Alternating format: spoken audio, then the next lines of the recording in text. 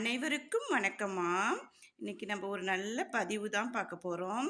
நிறைய பேருக்கு இப்போ இருக்கிற பிரச்சனை என்னன்னா, எனக்கு நல்ல வேலை இல்லை, வேலை கிடைச்சாலும் நல்ல சம்பளம் இல்லை, நான் ரொம்ப நாளாக அதே வேலையில் இருக்கிறேன், ஆனால் எனக்கு அதில் எந்த முன்னேற்றமும் இல்லை, எனக்கு ப்ரமோஷன் கிடைக்க மாட்டேங்குது, எனக்கு எல்லா விஷயமும் தடைப்பட்டுக்கிட்டே இருக்குது, எதுவுமே எனக்கு நல்ல விஷயமாவே நடக்க மாட்டேங்குது, நான் எதை செய்ய போனாலும் அது எனக்கு சக்ஸஸ் ஆக மாட்டேங்குது அப்படின்னு சொல்லி இது நிறைய பேர்கிட்ட இது இருக்குது.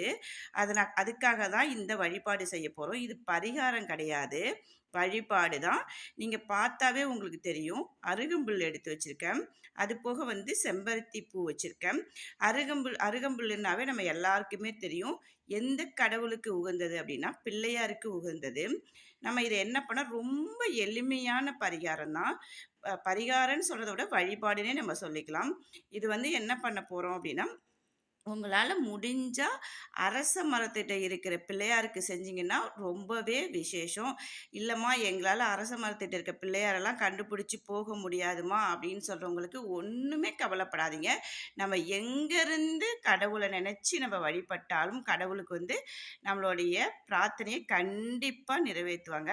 அதனால் நீங்கள் பயப்படவே வேணாம். இங்கே போய் தான் இதை செய்யணும், அங்கே போய் தான் அதை செய்யணும். நம்ம வீட்டில் இருந்தே நம்ம இஷ்ட தெய்வத்தை நம்ம வணங்கினோம்னா நம்ம நினச்ச காரியம் நல்லதாகவே நடக்கும், எல்லாமே நல்ல விஷயமாகவே நடக்கும். அதுக்காக தான் இப்போ இந்த வழிபாடு சொல்கிறேன். இந்த அருகம்புல்லும் செம்பருத்தி பூவையும் வச்சு தான் நம்ம வழிபாடு பார்க்க போகிறோம். அருகம்புல் உங்களுக்கு கிடைச்சிது அப்படின்னு சொல்லிங்கன்னா, நீங்கள் அருகம்புல் மாலையாக உங்களுக்கு கட்ட தெரியும் அப்படின்னீங்கன்னா அருகம்புல் மாலையை கட்டிக்கங்க. இல்லை எங்களுக்கு கட்ட தெரியாதுமானா நீங்கள் பூக்கடையில் சொன்னாவே அவங்க அழகாக அருகம்புல் மாலை கட்டி தருவாங்க. அவங்கக்கிட்ட அருகம்புல் மாலை வாங்கிக்கோங்க. அதாவது செவ்வாய்க்கிழமை அன்னைக்கு நீங்கள் போய் அதை அரச மரத்திட்ட இருக்க பிள்ளையாருக்கு இந்த அருகம்புல் மாலையை போட்டுட்டு, ஒன்றும் பெருசாக வேணாம், நீங்கள் ஒரு குடம் தண்ணி மட்டும் உங்களால் அங்கே பக்கத்தில் இருந்து எடுக்க முடிஞ்சால் எடுத்துகிட்டு போங்க. அப்படி இல்லைம்மா எங்களுக்கு அதெல்லாம் வசதி இல்லைன்னா ஒன்றுமே பிரச்சனை இல்லை. வீட்டில் இருந்து கொஞ்சமாக உங்களால் முடிஞ்ச அளவுக்கு ஒரு பாத்திரத்தில் தண்ணி எடுத்துகிட்டு போய் தண்ணியை நம்ம விநாயகருக்கு அப்படியே மேலே அபிஷேகம் பண்ணிவிட்டு, இந்த அருகம்புல் மாலையை சந்தனம் குங்குமம் எல்லாம் வச்சுட்டு அருகம்புல் மாலையை விநாயகருக்கு சாத்திட்டு, இந்த செம்பருத்தி பூ உங்களுக்கு எத்தனை பூ கிடைச்சாலும், 1 கிடைச்சாலும் 2 கிடைச்சாலும் எத்தனை கிடைச்சாலுமே நீங்கள் விநாயகருக்கு வச்சுட்டு உங்களுடைய வேண்டுதல் என்ன அப்படிங்கிறத நீங்கள் வேண்டிக்கிட்டு வரும்போது இத்தனை வாரம்லாம் கணக்கு கிடையாது. உங்களுடைய வேண்டுதல் நிறைவேற வரைக்குமே நீங்கள் செஞ்சுக்கிட்டே இருக்கலாம். அது தவறேதும் கிடையாது. அதாவது இத்தனை வாரம் தான் செய்யணும், ஒரு வாரம் செய்ய முடியலன்னா அதை பற்றி கவலையே படாதீங்க. உங்களால் எப்போ முடியுதோ அப்போ போய் நீங்கள் செஞ்சுக்கிட்டே வரலாம். ரொம்பவே உங்களுக்கு நீங்கள் ஒரு வாரம் செய்யும்போது அடுத்த வாரம் செய்யும்போது உங்களுக்கே தெரியும் எல்லாமே பாசிட்டிவாக நடக்கும் அப்படிங்கிறதுல நீங்கள் சந்தேகமே பட வேணாம். எங்களால் அந்த அரச மரத்து பிள்ளையாரெல்லாம் போய் தேடி கண்டுபிடிக்க முடியாதுமா, நாங்கள் இருக்கிற இடத்துல இல்லை அப்படின்னா கவலையே பட வேணாம். நம்ம வீட்டில் எல்லா வீட்லேயுமே விநாயகர் படம் வச்சுருப்போம், அல்லது விநாயகர் சிலை சின்னதாக, அதாவது ஒரு சிலை வச்சுருப்போம். அதுக்கு ஒன்றுமே பண்ண வேணாம். உங்கள் வீட்டில் இருக்க சுத்தமான சிலையாக இருந்துச்சுன்னா சுத்தமான தண்ணியை எடுத்து தண்ணியை வச்சு அபிஷேகம் மாதிரி பண்ணிவிட்டு, நல்ல தண்ணியில் அபிஷேகம் பண்ணிவிட்டு இந்த அருகம்புல் மாலையாக போட முடிஞ்சால் போடுங்க.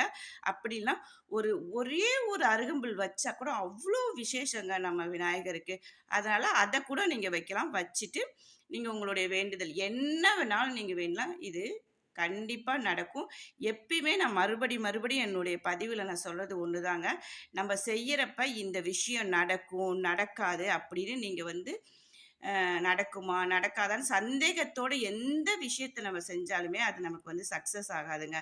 நடந்துருச்சு, நான் நல்லபடியாக வேலைக்கு போயிட்டு நல்ல சம்பளம் வந்துருச்சு, எனக்கு கடவுள் எனக்கு அருள் புரிஞ்சிட்டாரு, கடவுளுடைய அனுக்கிரகம் எனக்கு இருந்துக்கிட்டே இருக்கும் எப்பயுமே அப்படின்னு நீங்கள் நினச்சிங்கனாவே உங்களுடைய விஷயங்கள் எல்லாமே பாசிட்டிவாக இருக்கும். நீங்கள் நினச்சது எல்லாமே நடந்துக்கிட்டே இருக்கும். இதை மட்டும் நீங்கள் கண்டிப்பாக செஞ்சுக்கிட்டே வாங்க. உங்களுக்கே தெரியும், நீங்களே சொல்லுவீங்க, ஆமாம் இது நிஜமாலுமே நமக்கு பாசிட்டிவாக இருக்குது அப்படின்னு சொல்லி. ஏன்னா நம்ம முழு முதற் கடவுள் ஃபஸ்ட்டு வணங்குற கடவுள் எது அப்படின்னு சொல்லி பார்த்தோம்னா நம்ம விநாயகரை தான் வணங்கிட்டு எது வேணாலும் செய்வோம். இப்போ ஏதாவது ஒரு நோட்டில் எழுதுனாலும் ஃபஸ்ட்டு பிள்ளையார் சொல்லி போட்டு தானே எழுதுகிறோம். அதே போல் தான் நம்ம எந்த விஷயம் செய்ய போனாலும் பிள்ளையார வணங்கிட்டு நம்ம செஞ்சோம்னா, அவ்ளோ விசேஷங்க. எல்லாமே நல்லதாவே நடக்கும். இதே மாரி நீங்களும் செஞ்சு எல்லா வளமும், நலமும் பெற்று வாழ்க வளமுடன்.